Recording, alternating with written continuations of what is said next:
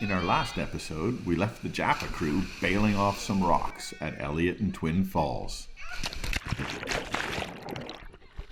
Join us in this final episode where we push to the tip of Australia, find some secluded four-wheel drive tracks, and once again, stunning campsites.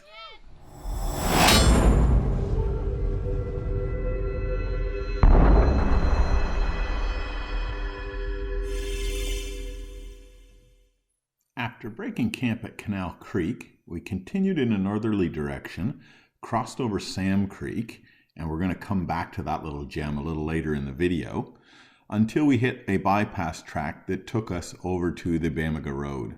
We then continued north on the Bamaga Road, where we hit the Jardine River Ferry. We were very lucky when we were there in that there was no queue of cars. We just jumped straight onto the ferry and got across. It's not cheap. It's around about $99 to get across on a return journey, but you really don't have much of an option. These fords here across the Jardine River, as of the time of recording, were actually closed. So if you want to get north, you got to take the ferry. Once you get across the ferry, you're on a reasonably quick but corrugated dirt road all the way north to Bamaga. We recommissioned our vehicles in Bamaga and then just about didn't have a place to stay because of our lack of forward planning. We rang Punson Bay camp area. That was booked out. We couldn't get in there. We then rang Loyalty Beach campground. Couldn't get in there. All booked out. We headed out to Seychelles and we actually got a couple of sites in the Seychelles Caravan Park, which was awesome. And in fact, if I was going to recommission, I would probably go into Seychelles as opposed to Bamaga. They just seemed to have a little bit more selection and it was a little bit cleaner as well. Now, if you're staying in Seychelles, you've got to take a walk to the jetty. That's kind of like the social epicenter of the entire area.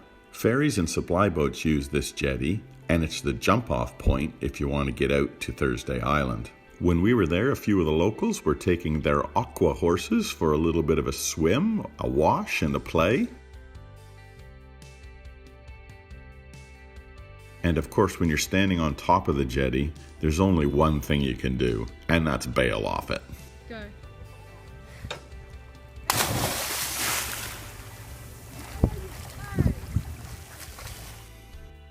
I don't know why, but I've got kind of a curious fascination with the signs on toilet doors.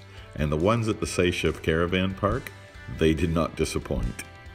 There's nothing better than sitting on the beach out in front of Seychelles, watching the sunset. Simply stunning.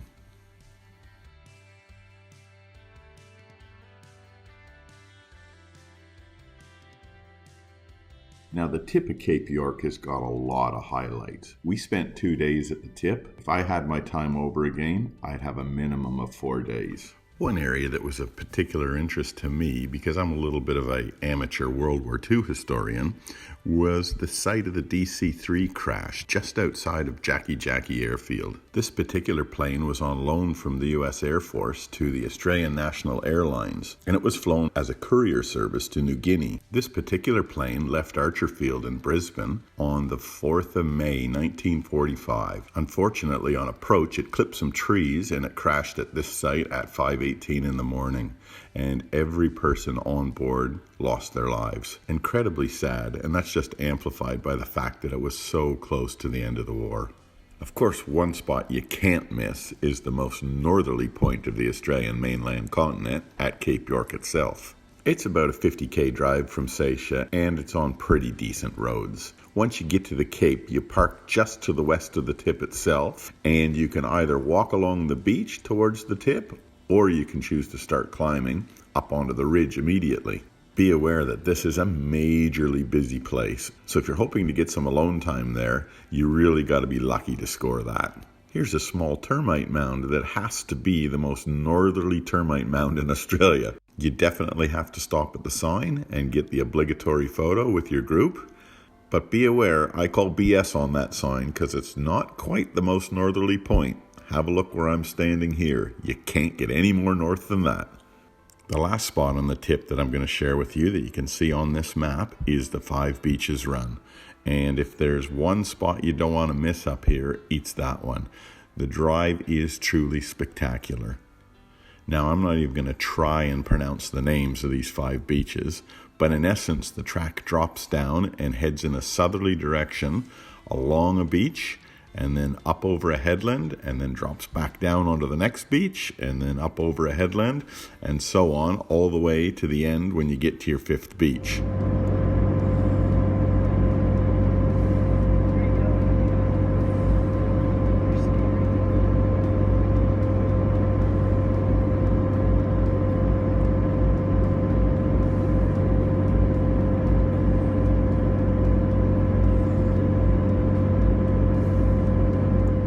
This has all the hallmarks of a great track. Stunning scenery, challenging driving, very remote with not many people around, and amazing nooks and crannies all along the beach to explore. Just a simply stunning area. And if you've got yourself all the way up to the tip of Cape York, don't miss this one, folks. It's amazing. That now brings us to our push back south. So we left Seychelles, and we took the Seychelles Road into Bamaga, and then of course from Bamaga down to the Jardine River Ferry. From the Jardine River Ferry, we continued to push southward, took our diversion track back to the OTT, and we hit the first major obstacle on our southward journey, which is Nolans Crossing. Now, this particular crossing can be the death of a lot of four-wheel drive, so we were very cautious when we got here knowing that. Before attempting the crossing itself, the boys had a little bit of a play in a tree swing right beside the creek itself.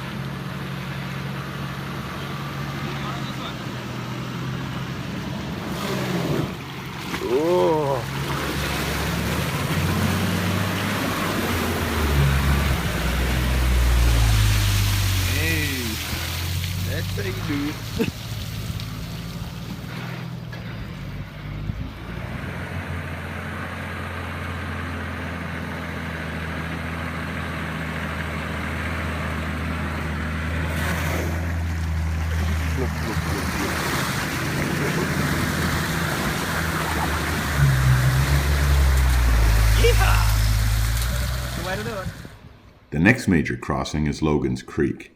It's very long, it's very deep, but it does have a firm base. This sucker will certainly test out your door seals.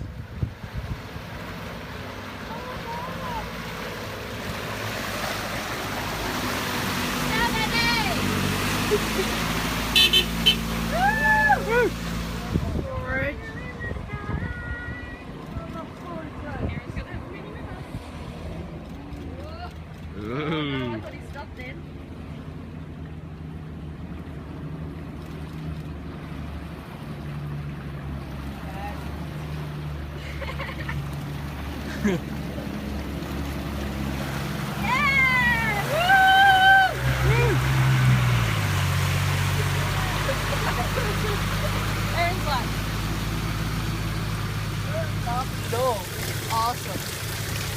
Kind of looks floaty coming in. Okay, go to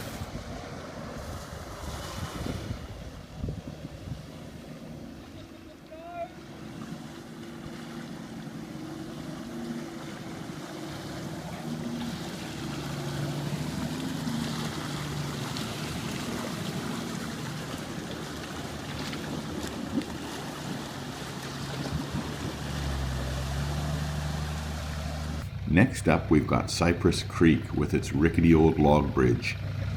Any particular line? Keep your tire, your driver's tire on the second log.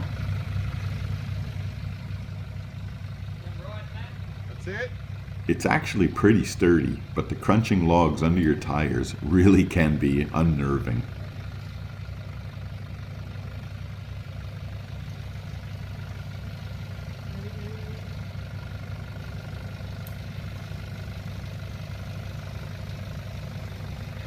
Perfect, mate. Perfect.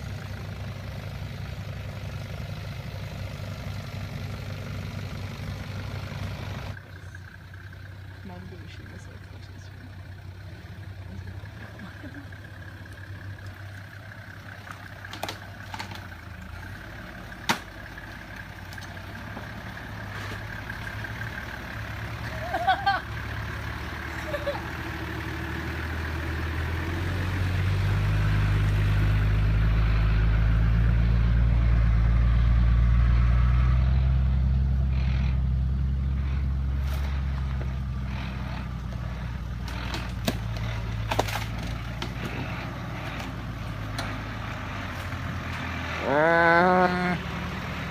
things.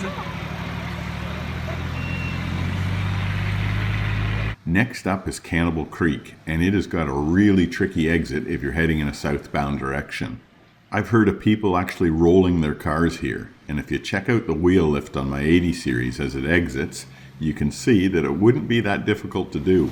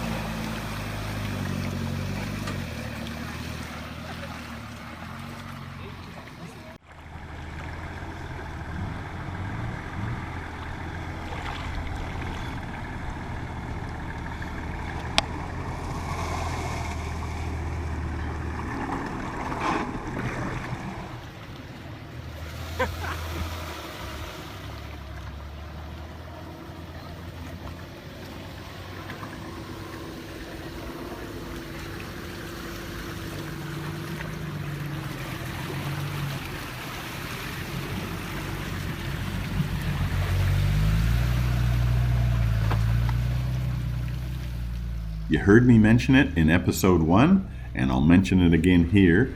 A diff lock makes a world of difference when you're tackling these tracks. The first 2 cars had diff locks. Archie's 100 series did not. All the cars took the exact same line, and you can see the difference. It's pretty stark. As you can tell, I'm a big advocate for diff locks.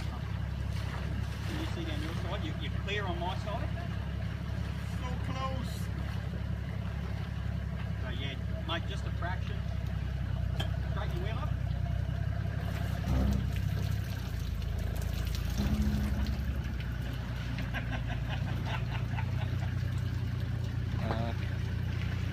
Alright, bit of herbs, mate.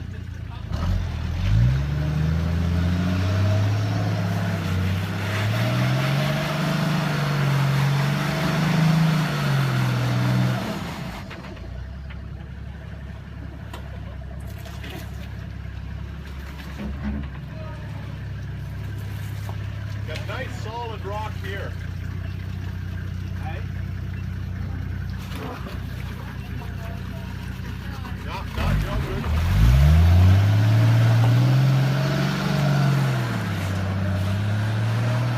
That's got him. Not long after our Cannibal Creek crossing, we encountered a fire along the side of the trail, and it actually got quite close to the cars.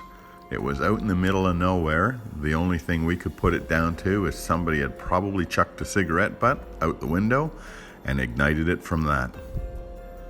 As we continued south, Mistake Creek was the next crossing on our agenda. When we got to that creek, we happened across a fella in a Navara that was struggling to get up the southern side. Archie hooked up a snatch strap and pulled him up.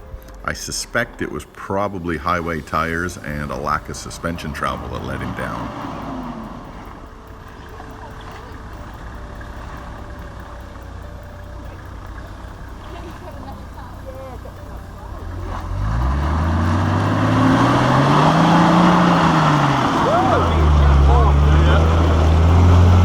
Keep going, Archie. Keep going. Keep going. Keep going.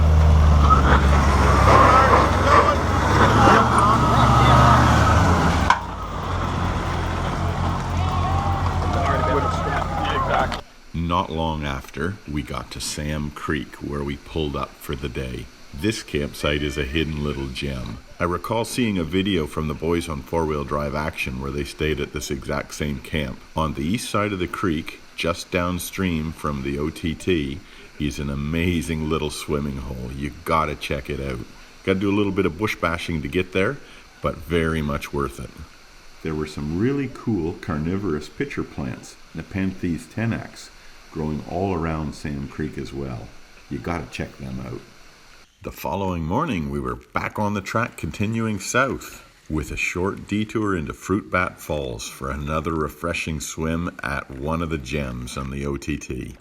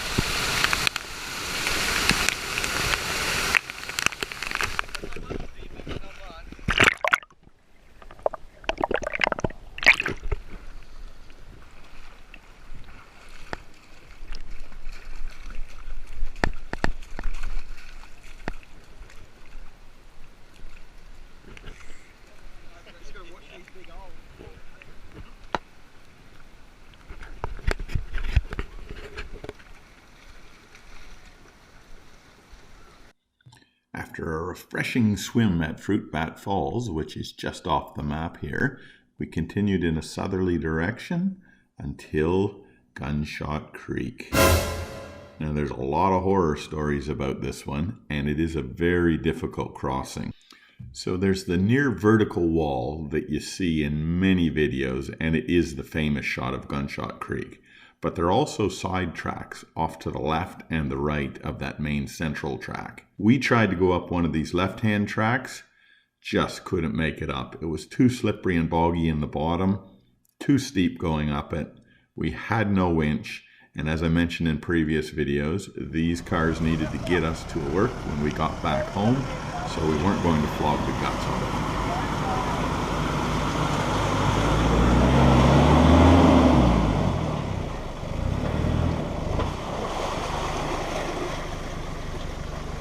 Mate, you haven't even hit the log yet. You're about a foot from the log.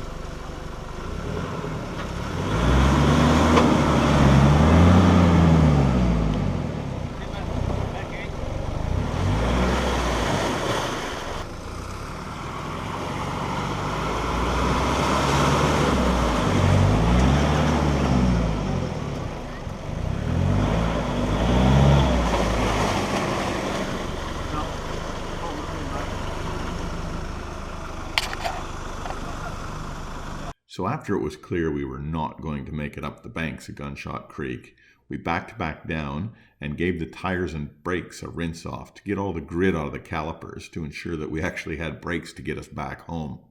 So after an attempt at Gunshot, we turned back and we took this little diversion track to the Gunshot bypass, this little sucker here. It's only 2 kilometers long. Now that's marked as a track on the map, but it's a track in name only, not in reality. We bush bashed our way through that for 2 kilometers to get to the bypass, and had we known it would have been that difficult, we would have taken the extra 2K and gone back onto the proper Gunshot bypass. Yes. It's like Damnosaurus.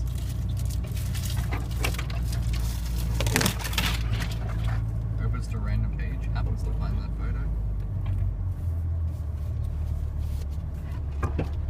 You want adventure, I'll give you adventure. Off the beaten track here.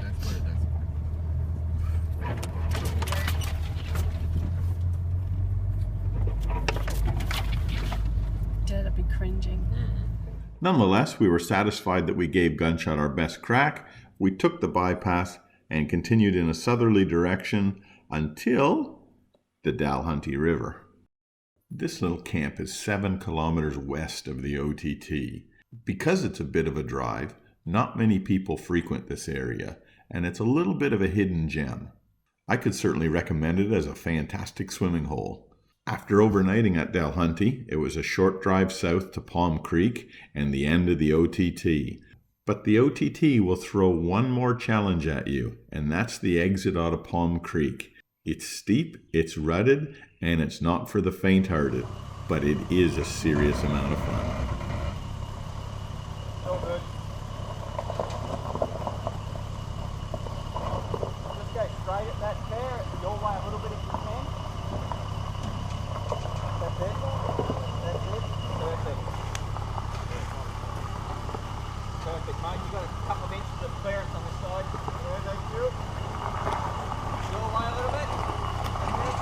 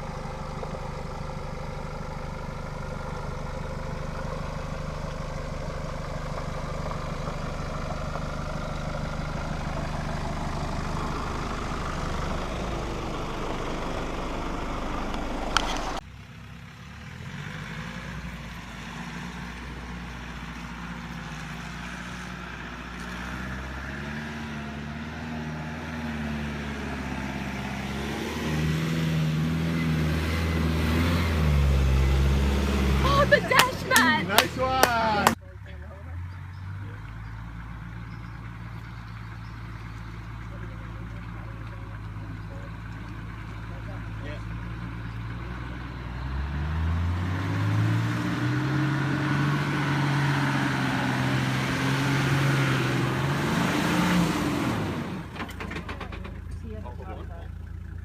Have you got a strap handy? Yep. Yeah, it is. This is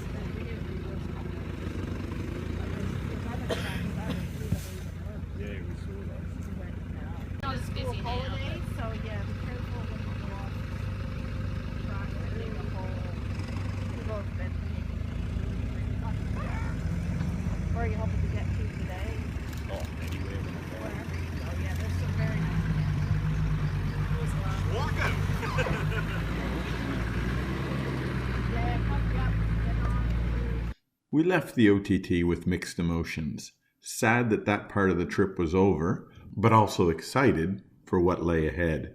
We continued in a southerly direction, and then we chucked a westerly turn down the Batavia Downs Road all the way to the town of Weipa. We did a tour of the Rio Tinto bauxite mine, which was really interesting. The bauxite lies a couple of meters under the Earth's surface, so you scrape off that top couple of meters to get down to the ore-rich red soil. From there, the dump trucks are loaded up and taken to a staging area, which eventually sees the ore loaded onto boxcars and shipped anywhere across the world. The ute in the foreground of this photo gives you a little bit of scale on how big these machines actually are. We were there for shift change, and it was really cool to see a woman climbing up the ladder to take control of one of those massive machines. Good on her. We sat and watched the sunset over the Gulf of Carpentaria, reminiscing over our once-in-a-lifetime trip. Beautiful places, challenging four-wheel drive tracks, good laughs, and most importantly, everything shared with dear friends. We will be back to the Cape in 2021, same crew, different adventure, so stay tuned for that one. As we left the Cape, it was clear she was not done with us yet. Literally within eyeshot of the bitumen, Archie had a blowout on the tire that we had repaired on the beach in episode 1. Before we part, here's a word of caution. Our trip was over 3 weeks in July, sleeping in t-shirts and shorts. On our way home, literally only 150k south of Cairns, we hit temperatures that literally took our breath away. 3 in the car. 0.3 in the car. This is my togs from yesterday, frozen solid. Welcome to Australia. If the spiders, snakes, sharks, crocs, or stingers won't kill you, sub-zero temperatures in the tropics will. Keep your shiny side up, everyone. See you in the next adventure. Bye now.